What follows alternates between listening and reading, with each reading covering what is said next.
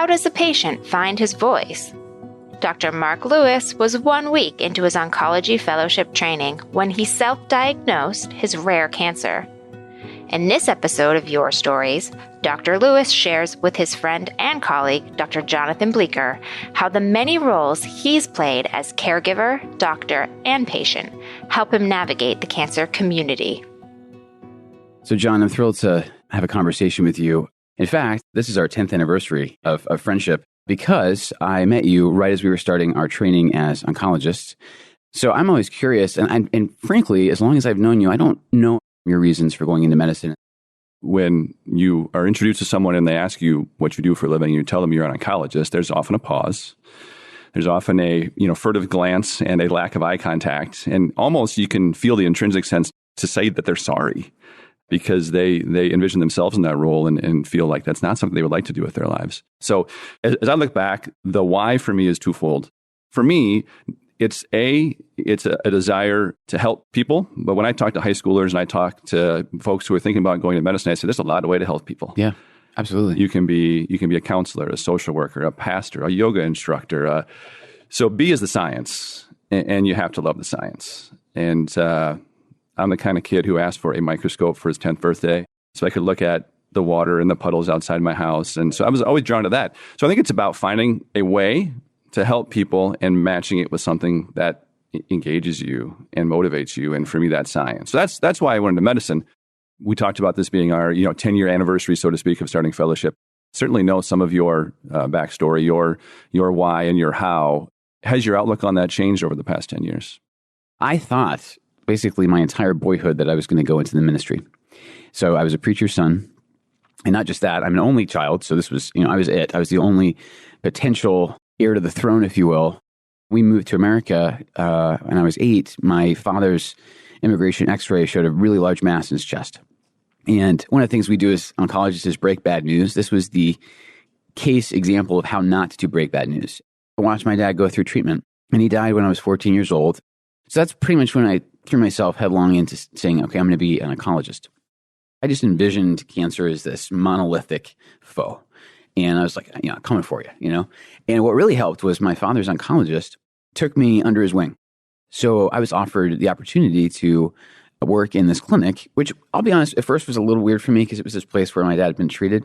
But on the plus side, all the people there knew that and were incredibly kind. From there, I decided, well, I want to go into medical school. Right. And so that was sort of the chain that led me to that particular field.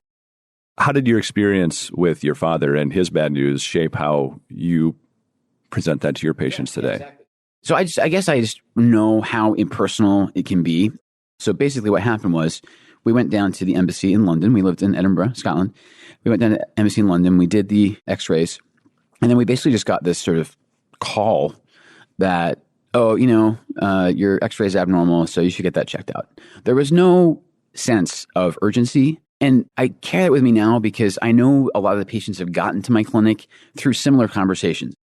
In our 10 years of practice, have you felt like your practice has changed during that time? I think social media has a lot to do with it. As you know, I'm a patient myself. I have multiple endocrine neoplasia type 1. It's a rare cancer syndrome. I found it, I think, maybe the day before I met you. Which I had no idea at the time this was going on. Right.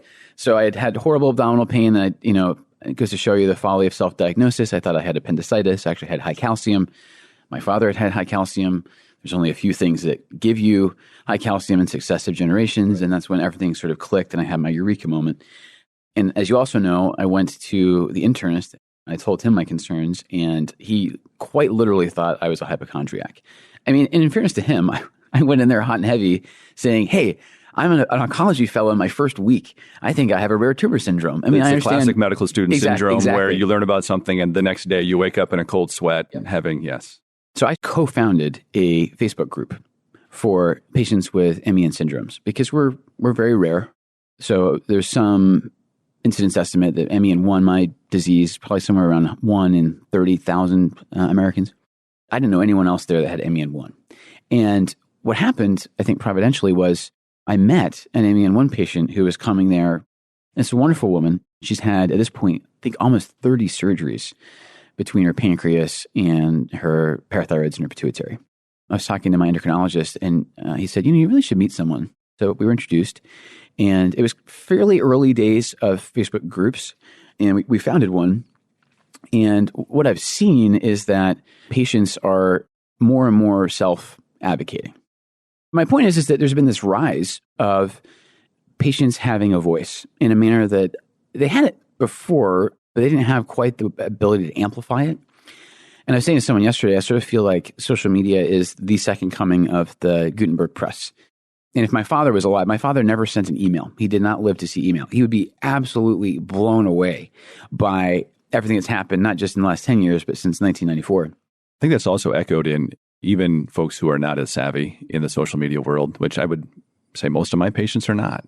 My patients are elderly from rural South Dakota, but expectations have changed. Yeah. It was not unusual when we started practice when a patient would come in, even with a very early stage cancer, and assume it's the C word. Mm-hmm. There's not much that can be done. Right. I should sell the farm. Yeah. Quite literally. Yes. In 2019, that's not the case. Right. I think that through social media, through the lay press, and to be quite frank, the progress that has been made, a tremendous amount of progress has been made. Let's not short shrift that. But now the expectation is, I saw this ad on television, and that's going to work for me.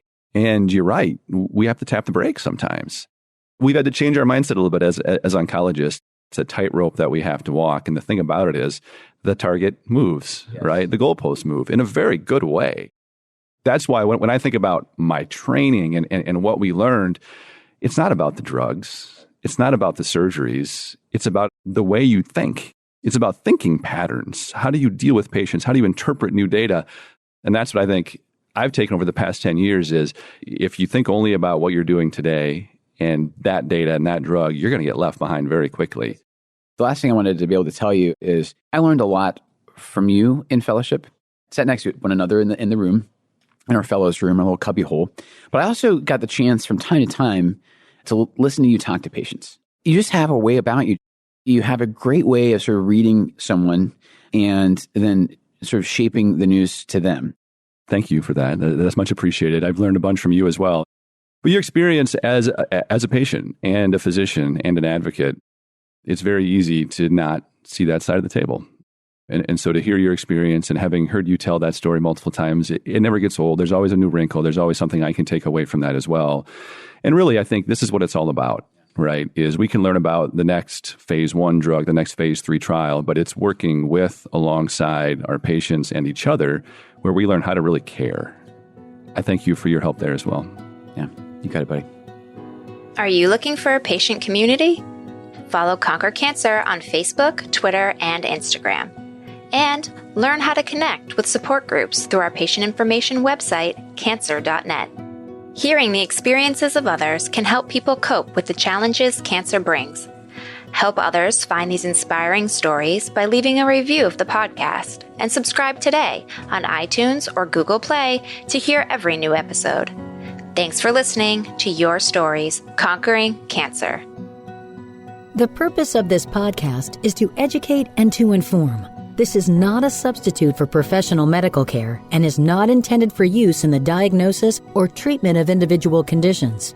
Guests on this podcast express their own opinions, experience, and conclusions. The mention of any product, service, organization, activity, or therapy should not be construed as an ASCO endorsement.